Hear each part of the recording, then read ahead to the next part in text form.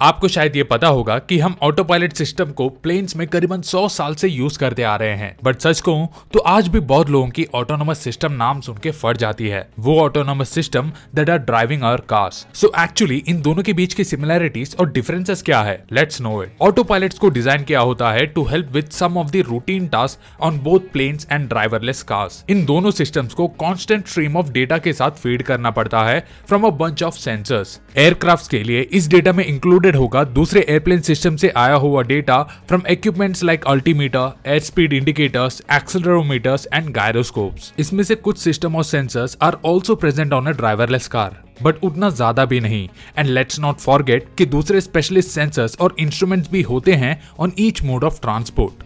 इन दोनों सिस्टम्स में डेटा को कलेक्ट और प्रोसेस किया जाता है in the central processing unit to help guide and control the plane और a car in real time by precisely adjusting their speed, direction and orientation.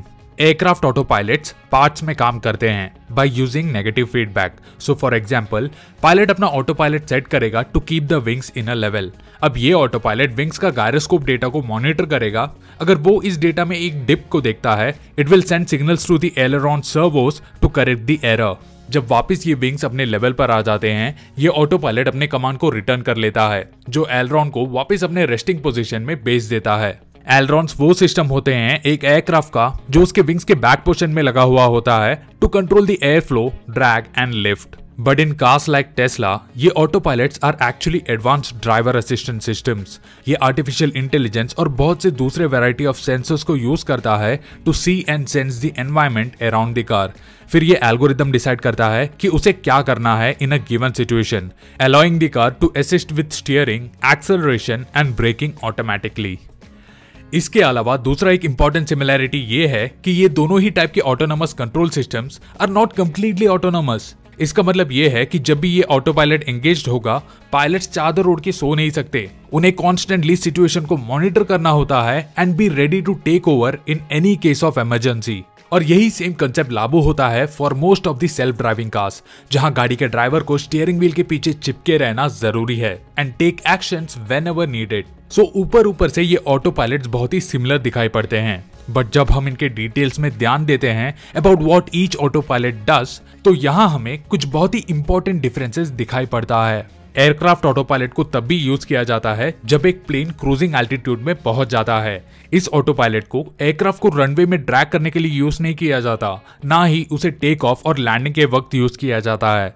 But आजकल थोड़ा इसमें भी बदलावट आ गया है, like the auto pilot in the Boeing aircraft that are able to perform some of these task. वैसे ये task pilots का एक्सक्लूसिव जॉब होता है। During the cruising phase of the flight, normally aircraft एक स्टेडी लेवल में maintain रहता है और तब ज्यादा डायरेक्शन चेंज भी नहीं होता।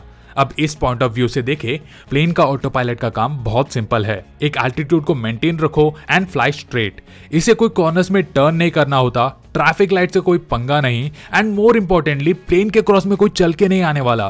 That is no pedestrians to constantly watch out for. On the other hand, cars का autonomous systems are basically all about on-road dragging, but उसे एक constantly changing और dynamic environment में करना is the real task here.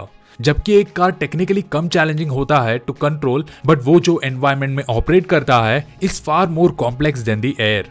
It has to immediately apply the brakes अगर कोई अचानक से रास्ते में क्रॉस कर दिया तो, while also watching its speed, maintaining a lane and looking out for traffic lights. Now you have to agree कि ये सब कुछ ऑलरेडी एक सरदर्द देने वाला टास्क है, और आजकल तो रोड में इतना क्राउड बढ़ चुका है that it's proving to be a very challenging task, even उन इंजीनियर्स के लिए who are developing the autonomous systems. अगर आप जरा डीपली सोचो तो ये एक्चुअली बहुत ही अमेजिंग है जो ये बड़े बड़े कंपनीज लाइक टेस्ला ने मैनेज किया है to come up with an autonomous system.